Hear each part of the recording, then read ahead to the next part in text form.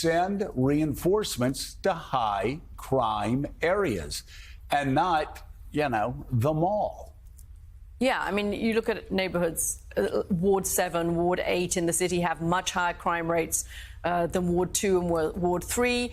Those are the Georgetown Northwest neighborhoods. But those high crime rates neighborhoods are not seeing this surge in either military or police presence at the moment. That video that Pablo was just talking about has been doing the rounds, and joining us now is the Washington Post reporter Dan Rosensweig-Ziff. He's been covering this story and filmed some first-hand footage over the weekend here in Washington of an arrest outside a coffee shop in the northwest part of the city. Let's take a watch.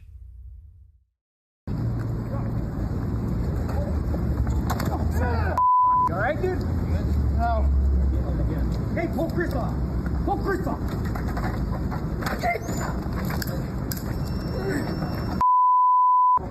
Stop! Get out of our city. Get out of our city. Choke yourself out. Right here. Turn it.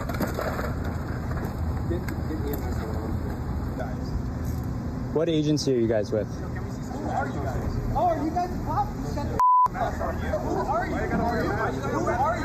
Man, take your mask off and show me some badge, huh? What agency are you guys with? It's so easy to be behind a mask. Can you guys tell us who you are? Who are you? Oh, you guys are ruining this country. You know that, right? The liberals already ruined it. Oh, there we go. Okay. Can we see some badge work, guys? His property. Hey, guys. Already ruined it. No number, no ID, no name. Okay, Dan joins us now in the studio. I've heard several incidents, and actually that incident, a friend of mine who you interviewed sent me that video as well over the weekend. It is disturbing. There's a point at which they look like they're punching the guy in the face when they already have him on the ground. I heard you there asking for their badges and identification. It looks like they're ICE. The White House is saying to you that this is an immigration pickup. Is this about law enforcement, or is this about immigration and rounding up immigrants?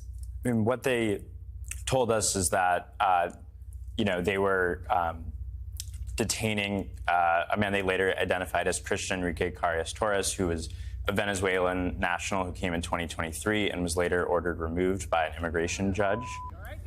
But we don't know exactly how they identified him. At the end of the video, the witness we talked to said, shows one of the officers identified an ICE badge. We don't know if all of them were ICE. The cars were unmarked, so we can't say for sure. And you just happened to be running past. Is that how you came across this? Yeah, I was on a run. It was Saturday morning. In the middle of it, I came across the scene. It was already going on as I approached. I started filming, and people across the street who we talked to also started filming and asking questions about who they were, and they refused to answer. And what happened to the guy who was one of the White House is saying that one of the ICE agents or one of the agents had a concussion, and the guy, did it look to you like the guy was being beaten up with? The video I saw did look like excessive force. They already had him on the ground and they're punching him.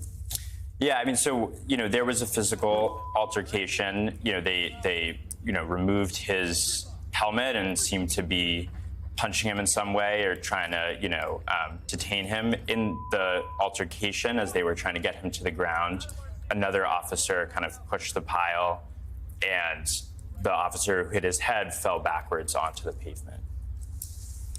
Dan, hey, this is John Heilman here in New York.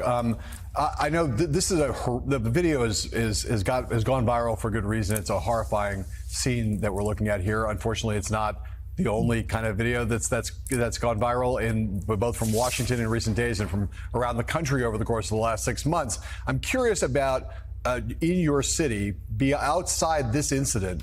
How many other reports have you heard of this kind? How much of this kind of behavior on the part of law enforcement or federal officials of some kind you're seeing down there?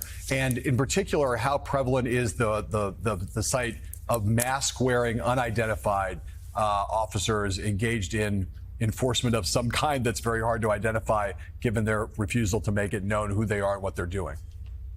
So the DHS spokesperson we spoke with said that, ICE officers are wearing masks more and more because they're worried about being doxxed. And she said they're worried about, their family's safety. What we do know, as my colleagues and I reported, is that from Wednesday to Friday, there was 72 immigration-related arrests from the, Trump administration, and that's more than half of the arrests that happened during that time from the federal government in D.C. We don't know, exactly what the targeting is, but as my colleagues Katie Mettler, Teo Armas, and Emma Uber reported, there is a lot of fear in the immigrant community here and in the food delivery drivers community that this could happen more. Okay, video really is. It's gone viral, and there's a reason the video is hard to watch. Washington Post reporter Dan Rosensweig-Smith, thank you very much for joining us this morning. The piece he co-authored and the video that he recorded is available online now.